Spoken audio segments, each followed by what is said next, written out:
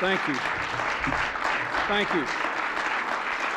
Thank you very much. Thank you. Thank you.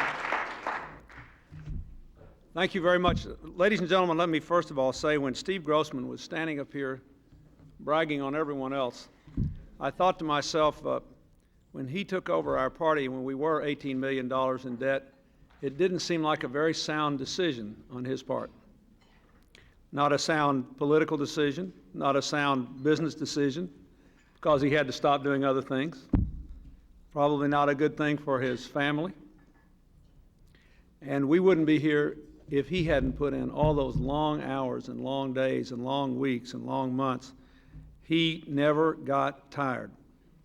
People talk about how I do get tired. I plead guilty. I get tired. Steve Grossman never got tired.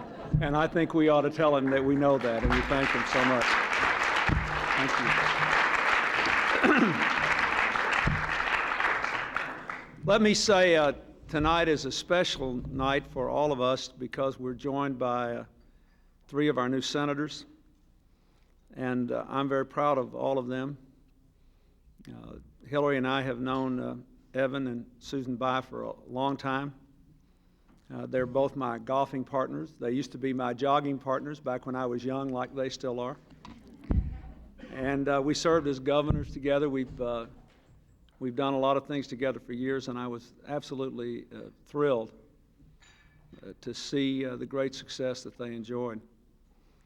I met John Edwards in North Carolina when he and Elizabeth were down there. We went to a very hot rally one night, and I went away. And Erskine Bowles went down with me. There was the day we had we celebrated America's Heritage Rivers, and we did the New River in North Carolina. And then we went to this big event where John was the featured speaker, and we walked out, and Erskine and I had to go back to Washington. I said, Erskine, I'll swear I believe that guy can be elected. This was months beforehand, you know. And sure enough, he was, thanks to a magnificent effort in North Carolina. And all of you know that Hillary and I virtually moved to New York State in the Schumer campaign. And I saw Chuck and Iris and their daughters up close on many occasions campaigning, and I thought I knew New York real well, but Chuck Schumer taught me a few things. He showed me a few people and a few places and a few neighborhoods that I had not known before then. And I really believe that these people embody not just the future of our party, but the future of our country. And I am honored to serve with them, and I'm very much looking forward to it.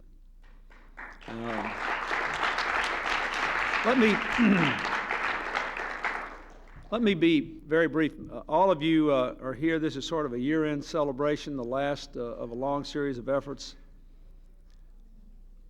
I want to tell you also that it may be true, as Steve said, and as many of our friends in the Republican Party have said since the election, in which they outspent us by more than $100 million. It may be true that money is trumped by message. And it must be true at some level because they did outspend us by more than $100 million. But I also think it's important to remember that the message has to get out.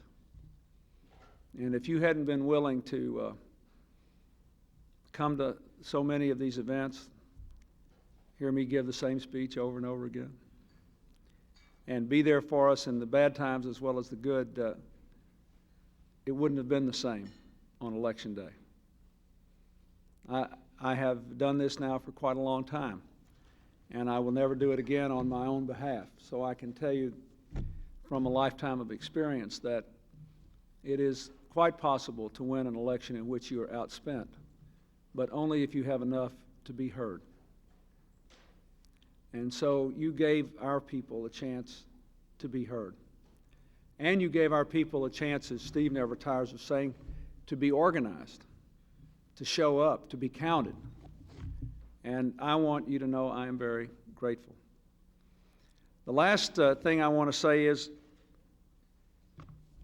we now have a heavier responsibility going into next year and the next year than we would otherwise have had.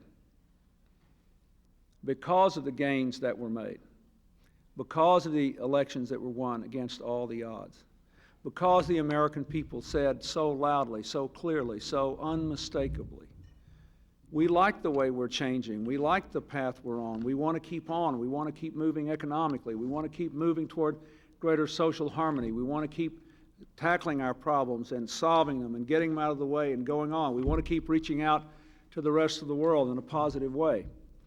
Because they said that, because they did say, we choose progress over partisanship and people over politics and unity over division, we have a higher responsibility. Elections are not simply the choices of people to sit in slots until the next election. They are a mandate for certain kinds of action or inaction, certain kinds of direction or changes of direction. And so I say to you, we have a responsibility to lead